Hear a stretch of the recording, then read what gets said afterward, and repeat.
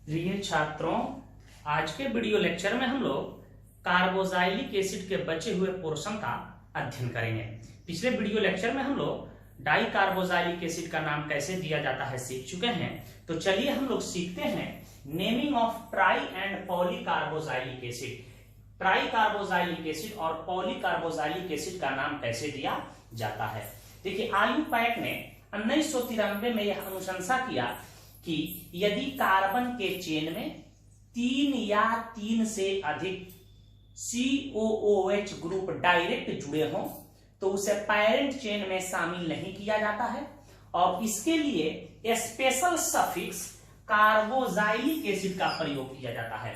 यदि 3 COOH हो तो ट्राई कार्बोजाइलिक एसिड, 4 हो तो टेट्रा कार्बोजाइलिक एसिड, 5 हो तो पेंटा कार्बोजाइलिक एसिड का प्रयोग करेंगे। इसके पहले इसका नाम दूसरे ढंग से लिखा जाता है, दोनों तरीका हम बताएंगे। जनरली याद रखिएगा कि किसी भी ऑर्गेनिक कंपाउंड में प्राय कोई फंक्शनल ग्रुप जिसमें कार्बन होता हो, यदि वह 3 या 3 से अधिक हो और डायरेक्ट पेरेंट चेन से जुड़ा हो तो उसको पीसी में शामिल नहीं करेंगे और उसके लिए सफिक्स अलग यूज करते हैं, अर्थात उसके लिए स्पेशल सफिक्स का प्रयोग किया जाता है। तो नोट में मैंने लिख दिया है कि यदि 3 या 3 से अधिक COOH group direct parent chain से जुड़ा हो तो उसे पेरेंट चेन में शामिल नहीं किया जाता है तथा इसके लिए कार्बोजाइलिक एसिड सफिक्स का प्रयोग किया जाता है। इसके आधार पर हम एक दो प्रॉब्लम लेते हैं, ध्यान दीजिएगा।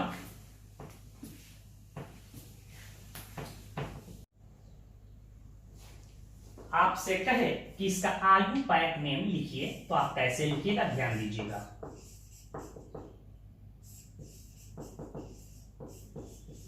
यह मॉडर्न तरीका के अनुसार पहले लिखें, उसके बाद इसका पुराना स्टाइल बताएंगे। ध्यान दीजिएगा, मॉडर्न तरीका बताएंगे जो सबसे करेक्ट होगा।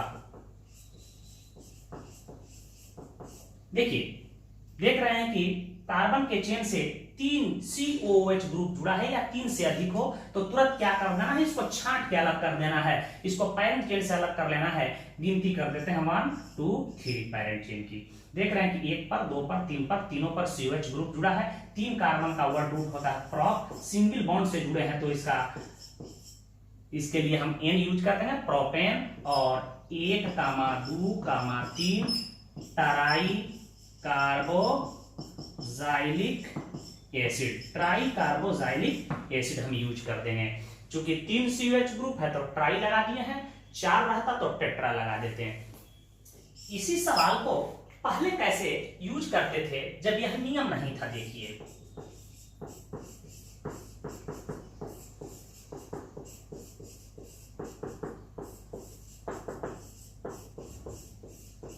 देखिए, पहले तरीका था कि कार्बन का लंबा चेन ले लो और बाकी जो चीज बच जाए उसको सब्स्टिट्यूएंट या ग्रुप मान लो।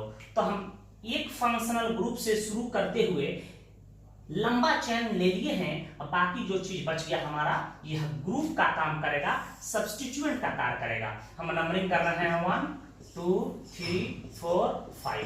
देख रहे हैं, इधर से भी करते हैं तो 1 5 पे प्रिंसिपल फंक्शनल ग्रुप पड़ता तो इस ग्रुप को लो नंबर मिलना चाहिए था। ग्रुप की भी पोजीशन दोनों नंबरिंग से में 3 ही आएगा, अर्थात दोनों ही नंबरिंग सही है। आप लेफ्ट टू राइट करो या राइट टू लेफ्ट करो।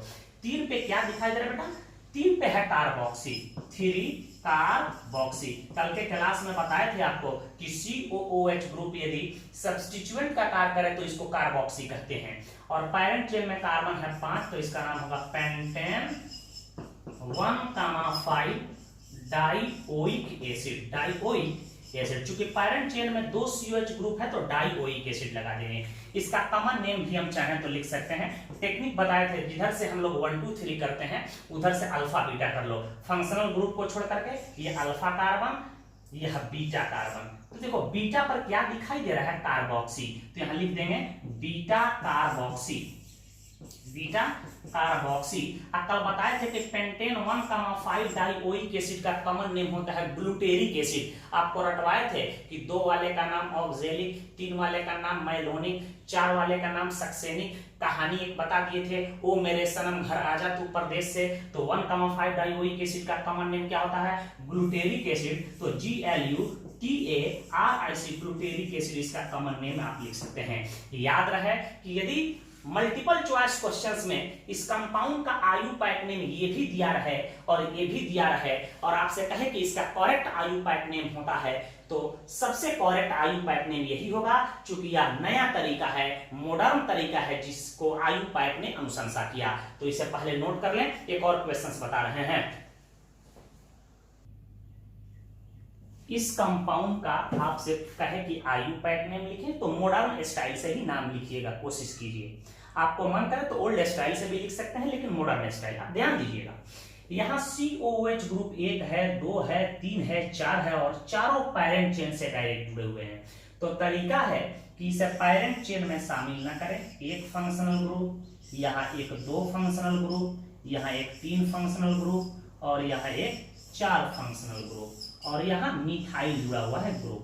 अब इसे छोड़ देंगे। अब कार्बन की गिनती करेंगे पैरेंट चेन में कि कितना कार्बन है। इस प्रकार करेंगे कि इस फंक्शनल ग्रुप को लो नंबर मिले। यदि इनका पोजीशन समान आ जाए तब इस ग्रुप को लो नंबर मिलना चाहिए। हम इधर से नंबरिंग कर रहे हैं इस कार्बन से 1 2 3 4 5। देख रहे हैं हमारा ग्रुप 1 पर पड़ रहा है, 2 पर पड़ रहा है। हम यहां लोकेंट निकाल के समझ लेते हैं। पुनः देखिएगा किसके लिए? फंक्शनल ग्रुप के लिए। क्या आ रहा है? 1 + 2 + 4 + 5।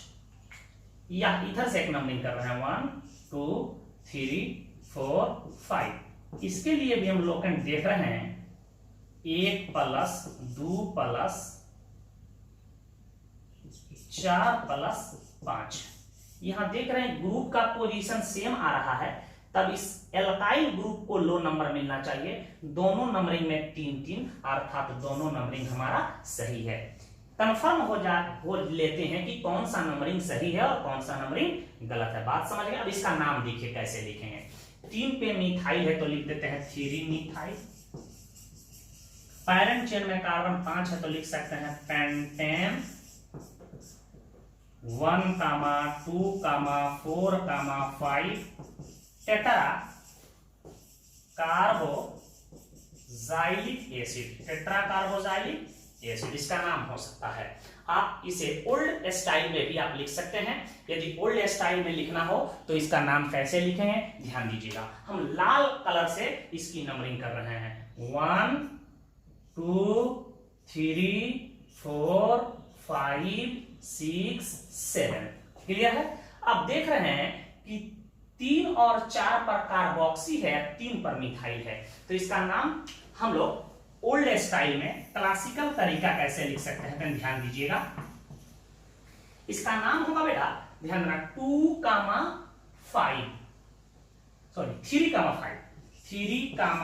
5 डाइकार्बोक्सी। डाइकार्बोक्सी 3 पर क्या है? 4 पे क्या है? लाल कलर पे ध्यान देना है। 4 पे है मिथाइल और पैरेंट चेन में कार्बन है 7, तो इसका नाम होगा हेप्टेन 1,7 डाइओइक एसिड। आप इसका नाम ऐसे भी लिख सकते हैं, तो आप अलग करके कॉपी में लिखिएगा ताकि आपको कंफ्यूजन नहीं हो। देख रहे हैं यहाँ 3 पे और 5 पे क्या है? कार्बोक्सी है, तो 3,5 डाई कार्बोक्सी मैंने लिख दिया। लाल वाले नंबरिंग पे 3 पे 4 पे मिथाइल है तो 4 मिथाइल दिया और पैरेंट चेन में कार्बन 7 हो रहे हैं तो हेप्टेन यूज कर दिया और 1 और 7 पे COH ग्रुप है तो उसके लिए मैंने डाइओइक एसिड यूज कर दिया। बात समझ गए होंगे? इसे नोट करें। इस क्वेश्चन पे ध्यान दीजिएगा। इसका नाम कैसे लिखेंगे?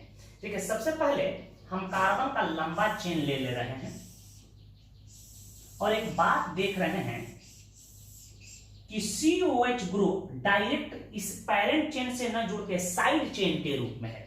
जब ऐसा सवाल आ जाए जिसमें COH ग्रुप या कोई भी फंक्शनल ग्रुप जिसमें कार्बन हो वह साइड चेन के रूप में जुड़े हों, तो क्लासिकल तरीका से ओल्ड स्टाइल से ही नाम लिखेंगे। ध्यान दीजिएगा, यहां यह भैया सब्स्टिट्यूएंट का काम करेगा और यह भी सब्स्टिट्यूएंट का काम करेगा। यह इथाइल है और COH को कहते हैं कार्बोक्सी और CH2 जुड़ा है तो इसका नाम होगा कार्बोक्सी मिथाइल। जैसे मैं कहूं कि COOH इसको कार्बोक्सी कहेंगे, इसी प्रकार मैं कह दूं CH2COH इसका नाम कार्बोक्सी मिथाइल हो जाएगा। इसी प्रकार मैं कह दूं CH2COOH इसका नाम कोई पूछे तो कार्बोक्सी इथाइल 1 2 कार्बोक्सी इसका नाम होगा 2 कार्बोक्सी इथाइल। आप नाम लिख सकते हो। आगे इस सब को हम बता भी देंगे, आपको घबराने की जरूरत नहीं है। अब नंबरिंग हम इस प्रकार करेंगे कि इसे लो नंबर मिले 1 2 3 4 5 6 7। यहां से भी करते तो 1 2 3 4 पे आ रहा है, तो दोनों ही नंबरिंग आपके अनुसार सही है। इसका नाम है कार्बोक्सी मिथाइल, इसका नाम है इथाइल, तो इसका नाम होगा 4 कार्बोक्सी मिथाइल। फिर कहेंगे 4 इथाइल और 7 कार्बन है तो हेप्टेन 1,7 डाइओइक एसिड। इसका आयुपैक नेम हो जाएगा, तो इसे नोट कर लें। इस आधार पे हम आपको 1-2 क्वेश्चंस दे रहे हैं होमवर्क के तौर पे। इन दिए गए यौगिकों का आयुपैक नेम आपको लिखना है। आप इसे घर पे लिख के अभ्यास कीजिएगा। ध्यान दीजिएगा, यदि कार्बन के चेन में C डबल बॉन्ड C और COH हो तो उसका नाम कैसे देंगे। C डबल बॉन्ड C के जगह पर C ट्रिपल बॉन्ड C दे दे तो बिल्कुल उसका नाम ऐसे ही देंगे। ध्यान दीजिएगा, इसको कहते क्या है। C डबल बॉन्ड C को हम लोग कहते हैं एल्कीन और इसका सफिक्स होता है बेटा कौन सी, ओइक एसिड। तो इसको हम लोग लिख देंगे, ई खत्म हो जाएगा एल्कीनोइक एसिड। यदि यहां ट्रिपल बॉन्ड रहता तो अल्कोआइनोइक एसिड हो जाता। बात आप समझ गए होंगे। 1-2 हम एग्जांपल इसके आधार पर ले रहे हैं। मैं कहूं कि CH2 double bond CH COOH इसका आयुपैक नेम हमेशा गिनती यहीं से करेंगे क्योंकि सबसे senior functional group 1 2 3। Double bond की पोजीशन 2 है, निश्चित रूप से लिखेंगे। इसका नाम होगा प्रो 2 इनोइक एसिड। पूरे दुनिया में इसी का एक मशहूर कॉमन नेम है एक्राइलिक एसिड। याद रखिएगा, ACRY एक्राइलिक एसिड के नाम से जानते हैं। एक और देख लीजिए, CH2 double bond C CH3 COH इसका कोई आपसे नाम पूछे 1 2 3 इसका नाम होगा 2 मेथाइल प्रो 2 इनोइक एसिड। पूरे दुनिया में इसका एक कॉमन नेम है। देखो, यह नहीं रहता तो एक्राइलिक एसिड, तो इसका नाम होगा मिथाइल एक्राइलिक एसिड। आप नाम दे सकते हो इसका common name, methyl acrylic acid. बात आप समझ गए होंगे। 1-2 और एग्जांपल हम ले रहे हैं।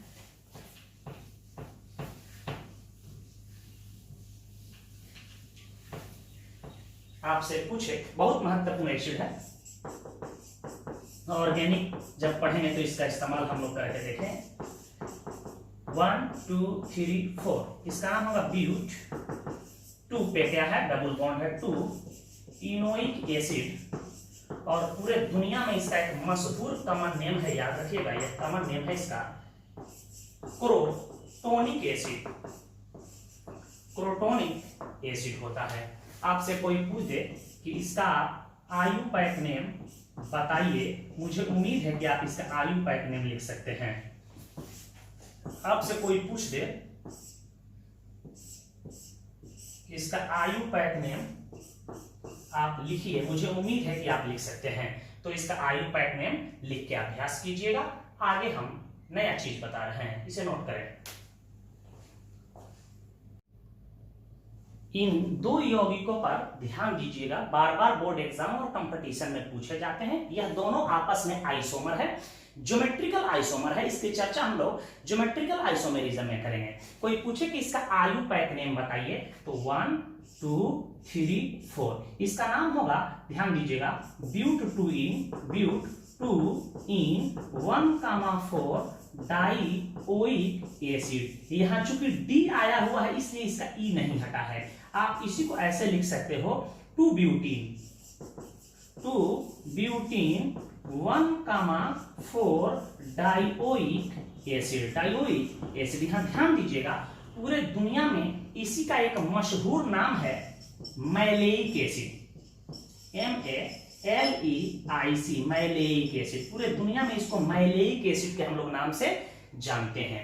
एक बात मैं आपको बता दूं, डाइपोल मोमेंट जब पढ़ा रहे थे तो भी बताए थे, और ज्योमेट्रिकल आइसोमर पढ़ाएंगे वहां भी बताएंगे सिस क्या है, ट्रांस क्या है, EZ आइसोमर क्या है, RS कन्फर्मेशन क्या है, जो जेई और नीट के दृष्टिकोण से बड़ा ही महत्वपूर्ण होता है। तभी यहां एक बात समझिए, यदि C डबल बॉन्ड C से समान ग्रुप एक डायरेक्शन में दिखाई दे, यहां देख रहे हैं COOH है, यहां COH है, यहां देख रहे हैं H एटम है, यहां H एटम है, यदि समान ग्रुप एक साइड दिखाई दे तो इस सजावट को सिस कहते हैं। ठीक है, तो मैं यहां नाम में सिस यूज कर दूं तो आपको कोई परेशानी नहीं होना चाहिए। यहां मैं नाम में सिस यूज कर दूं तो आपको कोई परेशानी नहीं होना चाहिए। इसका शुद्ध नाम होगा सिस 2 ब्यूटीन 1,4 डाइओइक एसिड। पुनः समझिए, C डबल बॉन्ड C के सेम साइड में एक ही तरह के ग्रुप या एटम जुड़े हों तो उस सजावट को सिस कहेंगे, और यदि भिन्न भिन्न जुड़ जाएं तो उसको ट्रांस कहेंगे।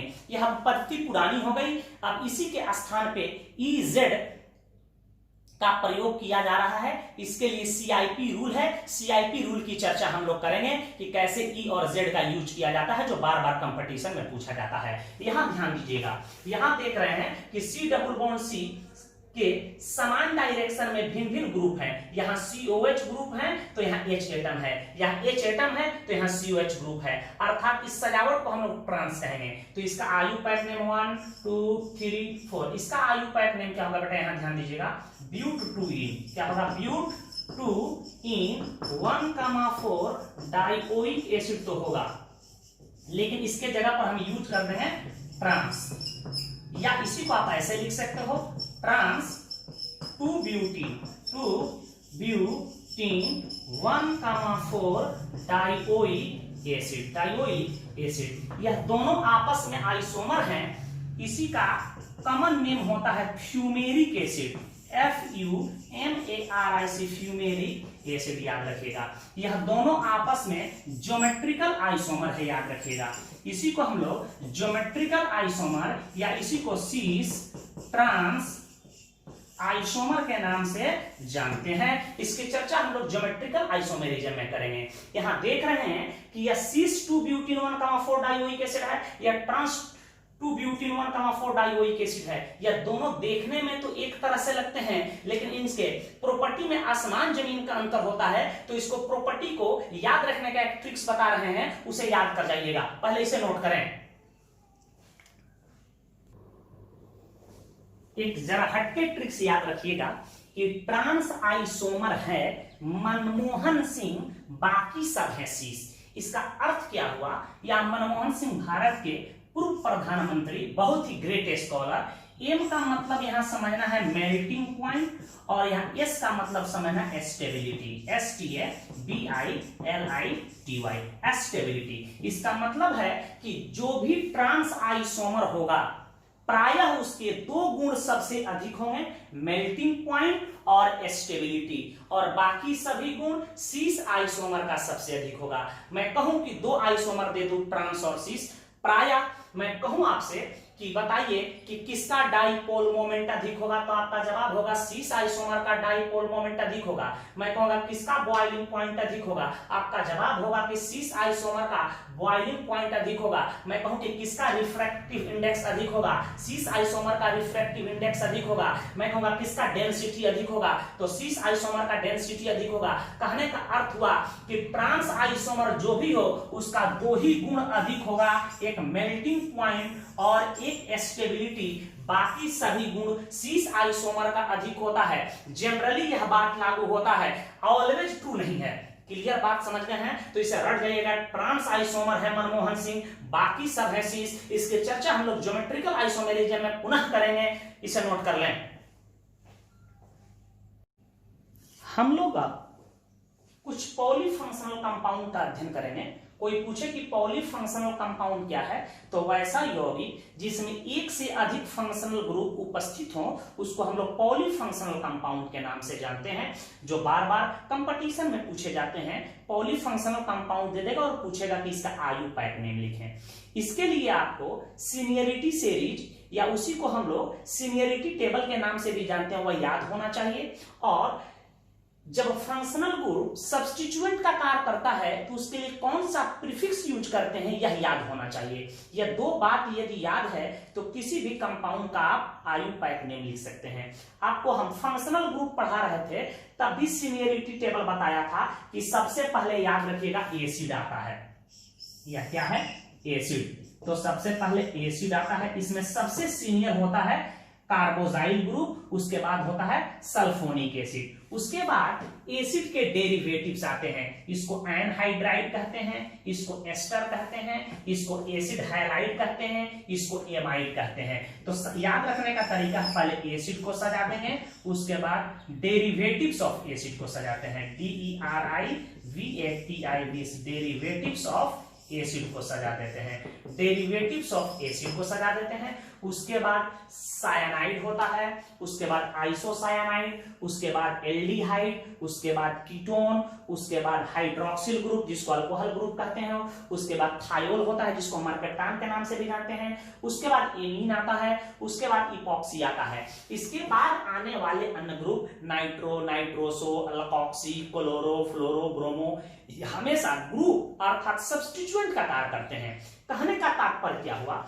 यदि कार्बन के चेन में COOH भी रहे और SO3H रहे और यहाँ एस्टर ग्रुप भी रहे तो COOH को सबसे सीनियर मानेंगे, अर्थात इसको प्रिंसिपल फंक्शनल ग्रुप मानेंगे, और बाकी आने वाले फंक्शनल ग्रुप को सेकेंडरी फंक्शनल ग्रुप या सब्स्टिट्यूएंट के तरह रिगार्ड करेंगे। अर्थात जो मालिक होगा उसका सफिक्स जोड़ेंगे और बाकी अन्य फंक्शनल ग्रुप आ जाएगा तो उसका हम लोग प्रीफिक्स नाम यूज करेंगे, अर्थात वह सब्स्टिट्यूएंट के तरह काम करेगा। तो पहले सीनियरिटी टेबल आप याद कर जाएं। अब हम बताएंगे कि यदि यह सब्स्टिट्यूएंट बन जाए तो इसका नाम क्या होगा, इसका नाम क्या होगा, इसका नाम क्या होगा, इसका नाम क्या होगा। वह बहुत ही महत्वपूर्ण चार्ट होगा, उसे 2-3 बार आप लिख के अभ्यास कीजिएगा ताकि पॉलीफंक्शनल कंपाउंड का नाम लिखने संबंधित आपको कोई दिक्कत नहीं हो। पहले इसे नोट कर लें। कम से कम 13 फंक्शनल ग्रुप का ऑर्डर आपको याद होना चाहिए, रटने की कोई कहानी जरूरत नहीं है। याद रखना एसिड, उसके बाद डेरिवेटिव्स ऑफ एसिड, उसके बाद cyanide, isocyanide, aldehyde, ketone, OH, SH और NH2, और बाद बाकी आने वाले फंक्शनल ग्रुप हमेशा सब्स्टिट्यूएंट की तरह रिगार्ड होंगे। तो इसे पहले नोट कर लें। पुनः ध्यान दीजिएगा, यदि फंक्शनल ग्रुप सब्स्टिट्यूएंट का काम करें तो उसका नाम क्या देंगे, अर्थात उसका प्रीफिक्स नेम क्या होगा, इसे याद रखिएगा, बड़ा ही महत्वपूर्ण है यह। देखिए, इसी को कार्बोजाइल ग्रुप या एसिड समूह कहते हैं। यदि आप सब्स्टिट्यूएंट का कार्य करें तो इसको हम लोग कार्बोक्सी बोलेंगे, carboxy.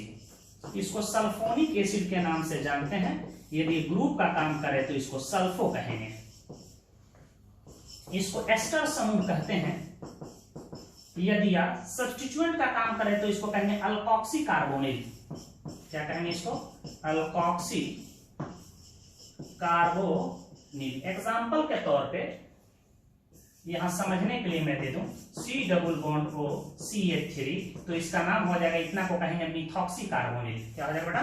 Methoxy carbonyl, methoxy carbonyl. इसी प्रकार यहां ध्यान दीजिएगा, 4 नंबर पे इसी को एसिड हाइलाइड ग्रुप कहते हैं। X के जगह पर कहते हैं हाइलो, इसको कहेंगे हाइलो, और कीटोन ग्रुप को कार्बोनिल कहते हैं। तो हाइलो कार्बोनिल, हाइलो कार्बोनिल। याद रखिएगा, कुछ विद्वानों का मानना है कि ये एल्डिहाइड ग्रुप से हाइड्रोजन को हटा करके हाइड्रोजन जुटा है, तो एल्डिहाइड ग्रुप को फॉर्माइल कहते हैं। कुछ लोगों का मानना है कि इसको लिखा जाए हैलोफॉर्माइल, तो आप इसको हैलोफॉर्माइल भी लिख सकते हो। क्या लिख सकते हो? हैलोफॉर्माइल, हैलोफॉर्माइल। एग्जाम्पल के तौर पर मैं दे दूं, यहाँ C डबल बॉन्ड OCl, यदि यह ग्रुप के तौर पे सब्स्टिट्यूएंट के तौर पे इस्तेमाल हो, तो इसका कोई पूछे नाम बताओ, तो इसका नाम क्या होगा बताइए? हैलो के जगह पर क्लोरो है, तो इसको क्लोरो कार्बोनिल कहेंगे, क्लोरो कार्बोनिल कह सकते हैं, या इसी का नाम क्या हो जाएगा? क्लोरोफॉर्माइल, क्लोरोफॉर्माइल कह सकते हैं। इसे नोट करें, आगे बढ़ा रहे हैं। ध्यान दीजिएगा, यदि एमाइड फंक्शनल ग्रुप हो और यह ग्रुप का काम करे, सब्स्टिट्यूएंट का काम करे, तो इसको हम लोग कार्बेमोआइल बोलते हैं। क्या बोलते हैं? कुछ किताब इसको अमाइडो भी लिखा होगा। ध्यान दीजिएगा, यदि साइनाइड ग्रुप हो तो इसको साइनो बोलते हैं, आइसोसाइनाइड हो तो इसको आइसोसाइनो बोलेंगे। एल्डिहाइड ग्रुप यदि सब्स्टिट्यूएंट का काम करे तो इसको अल्डो या फॉर्माइल बोलते हैं। कुछ राइटर इसके जगह पर ऑक्सो भी यूज कर रहे हैं, इसको कीटोन ग्रुप कहते हैं। ध्यान दीजिएगा, इसके लिए हम लोग ऑक्सो या कीटो यूज करते हैं। यहीं पे ध्यान दीजिएगा, बहुत ही महत्वपूर्ण एक ग्रुप बता रहे हैं जो बार बार ऑर्गेनिक केमिस्ट्री में यूज होगा। C डबल बॉन्ड को CH3 आ जाए, इस ग्रुप को हम लोग एसिटाइल कहेंगे। क्या कहेंगे बेटा? एसिटाइल ग्रुप, या इसका आयु पैक नेम लिखना होगा तो 1 ऑक्सो इथाइल, या इसी का नाम क्या होगा?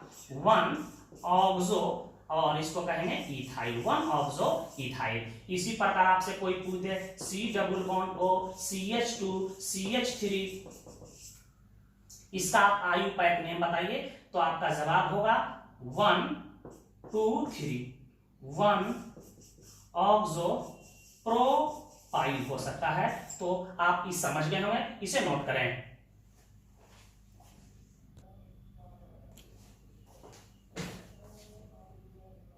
ध्यान दीजिए, OH ग्रुप हो तो इसको हम लोग हाइड्रोक्सी कहेंगे। कब? जब यह सब्स्टिट्यूएंट का काम करेगा, तब याद रखिएगा। ऐसे यह हाइड्रोक्सिल ग्रुप है, इसका सफिक्स होगा ऑल, लेकिन जब यह सब्स्टिट्यूएंट का काम करेगा तो इसको कहेंगे हाइड्रोक्सी। क्लियर है? जब यह फंक्शनल ग्रुप होता है तो इसको हाइड्रोक्सिल ग्रुप कहते हैं। इसी प्रकार SH ग्रुप, जिसको थायोल कहते हैं, इसको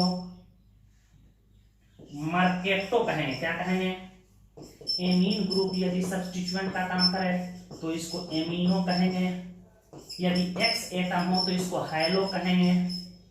OR ग्रुप हो तो इसको अल्कोक्सी कहेंगे, अल्कोक्सी कहेंगे। NO2 हो तो इसको नाइट्रो बोलेंगे, NO हो तो इसको नाइट्रोसो बोलेंगे, नाइट्रोसो बोलेंगे। ध्यान दीजिएगा, यदि O C double bond O CH3 group जुड़ा हो, बहुत ही महत्वपूर्ण है, इसको एसिटॉक्सी बोलेंगे, एसिटॉक्सी। यह दवा पढ़ाएंगे, वहां आएगा। एस्प्रिन की संरचना में आता है कि 2 एसिटॉक्सी बेंजोइक एसिड को एस्प्रिन कहते हैं, दर्दनाशक दवा है, तो इसको एसिटॉक्सी ग्रुप कहेंगे। नाम लिखते समय इसका इस्तेमाल हम लोग करेंगे। हाइलो की जगह पर क्लोरो फ्लोरो ब्रोमो आयोडो का इस्तेमाल हम लोग कर सकते हैं, तो इसे आप नोट करें। इन्हीं सब से हम एक नया चीज बता रहे हैं जो ग्रुप के तौर पे इस्तेमाल होगा।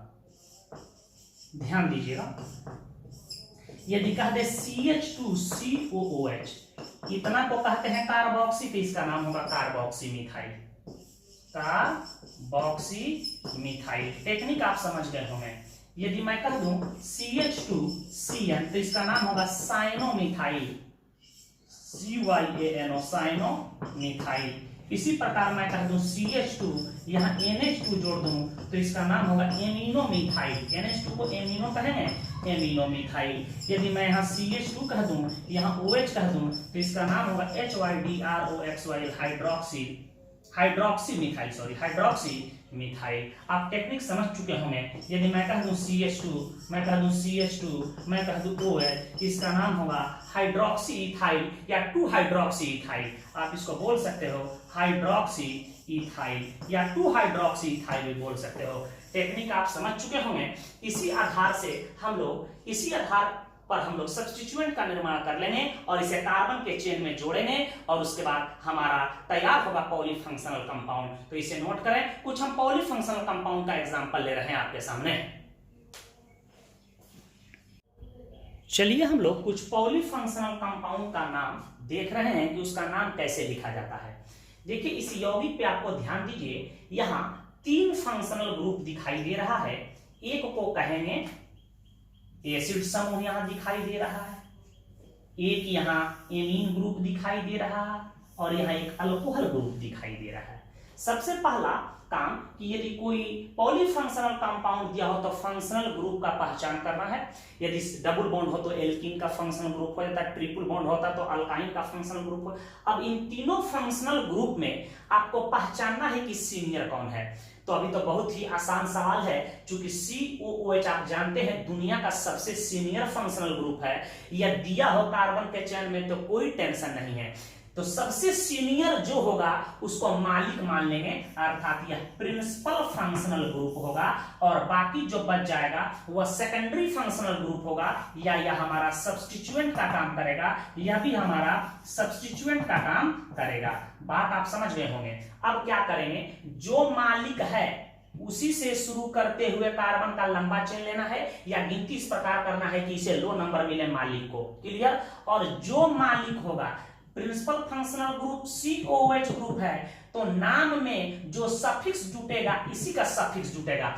इसका सफिक्स होता है ओइक एसिड, तो नाम में ओइक एसिड ही जुटेगा। कंफर्म है, जो मालिक उसी का सफिक्स। तो गिनती हम यहां से शुरू कर रहे हैं, ध्यान दीजिएगा। 1 2 3 4 5 6। यहां देख रहे हैं कि इसको एमिनो कहते हैं। जब एमीन ग्रुप सब्स्टिट्यूएंट का काम करता है तो इसको एमिनो कहते हैं, और जब OH ग्रुप सब्स्टिट्यूएंट का काम करता है तो इसको हाइड्रोक्सी कहते हैं, इसको एमिनो कहते हैं। तो पहले किसको लिखें, एमिनो को। 3 एमिनो, बाकी सब नियम पहले जैसा, 3 एमिनो 5 हाइड्रोक्सी, इसका तो काम हो गया। अब 6 कार्बन वाले को कहेंगे हेक्स। सिंगल बॉन्ड है तो बिल्कुल लिखाएगा हेक्सेन।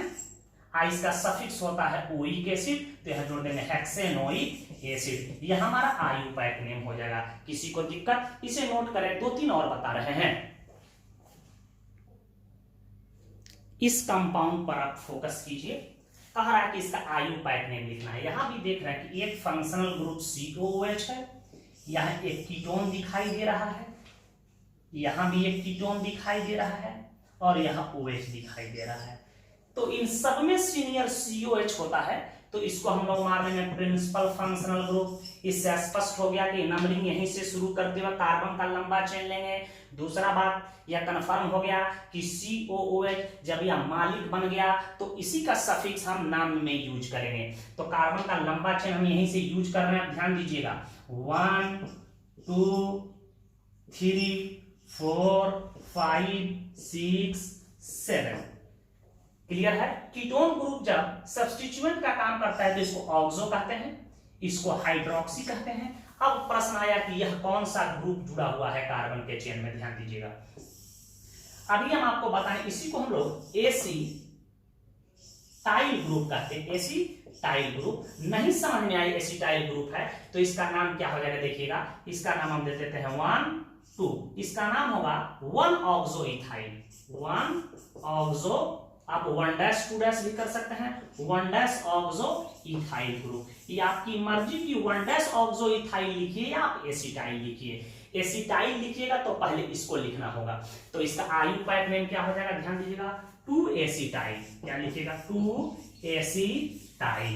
एसिटाइल। उसके बाद लिखेगा 5 हाइड्रोक्सी। उसके बाद लिखेंगे 4 ऑक्सो। आप कीटो भी लिख सकते हो, जनरली कीटो कॉमन नेम में हम यूज करते हैं तो आप ऑक्सो ही यूज कीजिएगा। 4 ऑक्सो। 7 कार्बन है तो इसका नाम होगा हेप्टेनोइक एसिड।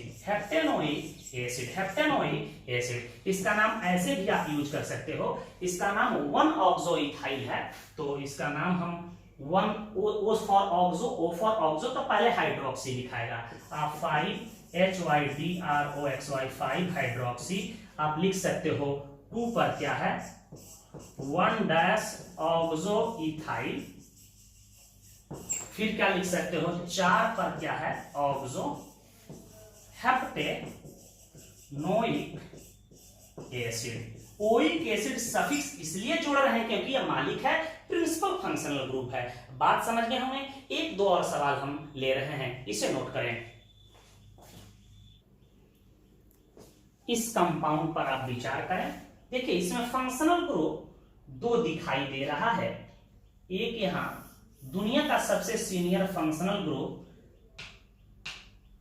एसिड समूह दिखाई दे रहा है, और यहां एक समूह दिखाई दे रहा है एल्डिहाइड समूह।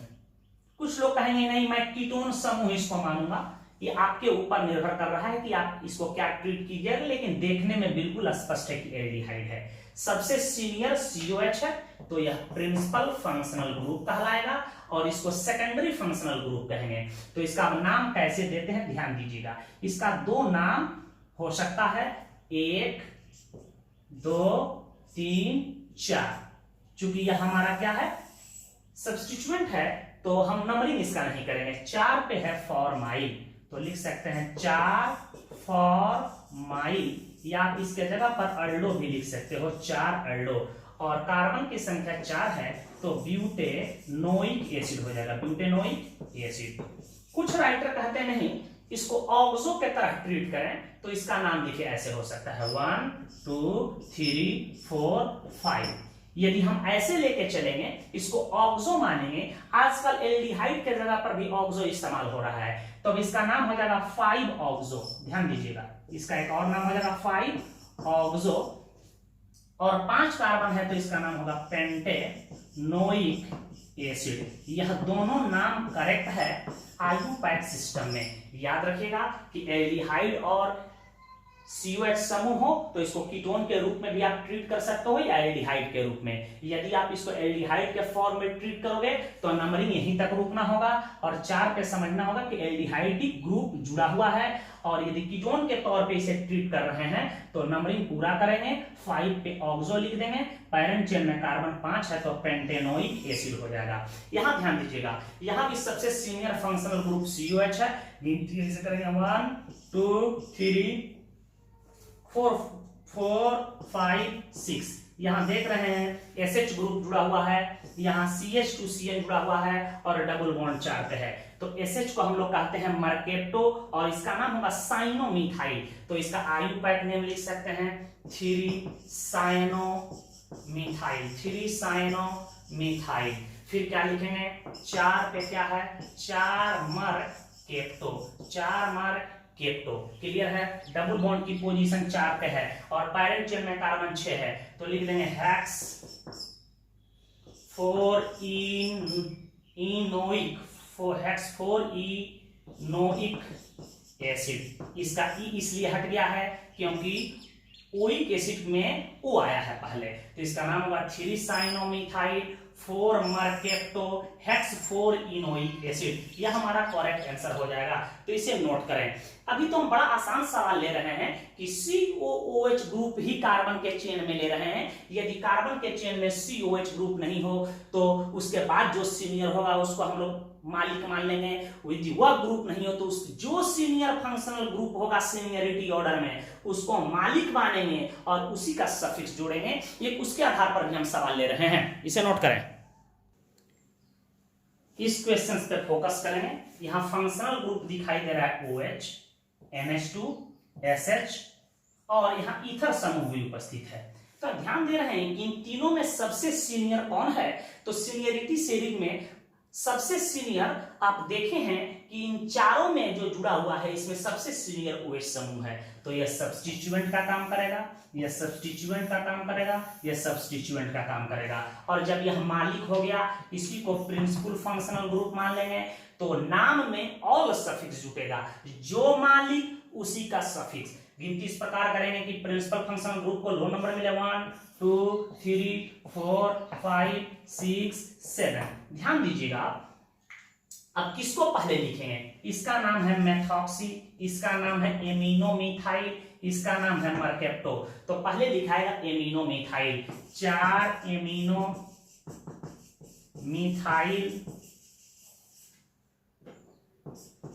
5 मर्केप्टो, 6 मिथॉक्सी और 7 कार्बन है तो हेप्टान होगा, हेप्टान। और ऑल की पोजीशन 2 है तो हेप्टान 2 ऑल होगा। देख रहे हैं यहां मालिक अल्कोहल ग्रुप, तो इसका सफिक्स ऑल जोड़ेंगे। बात समझ गए होंगे। इसी प्रकार हम कीटोन एल्डिहाइड में भी चलेंगे तो पॉलीफंक्शनल कंपाउंड यूज करेंगे, तो इसे नोट करें।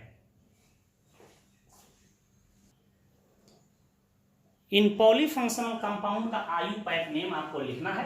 ध्यान दीजिएगा, यहां जो यह ग्रुप जुड़ा है इसी को एसिटॉक्सिक ग्रुप कहते हैं, अभी पढ़ाए हैं तो आप नंबरिंग यहां से कीजिएगा 1 2 3 4 5 6 7, यह एसिटॉक्सिक ग्रुप है। तो बाकी हम आपको बता चुके हैं कि यदि कोई फंक्शनल ग्रुप सब्स्टिट्यूएंट का कार्य करता है तो उसका नाम कैसे दिया जाता है। तो इन पॉलीफंक्शनल कंपाउंड का नाम लिखना है। 5 क्वेश्चन है, आप इसे बना के अभ्यास कीजिएगा। हम आपको नया चीज बताएंगे।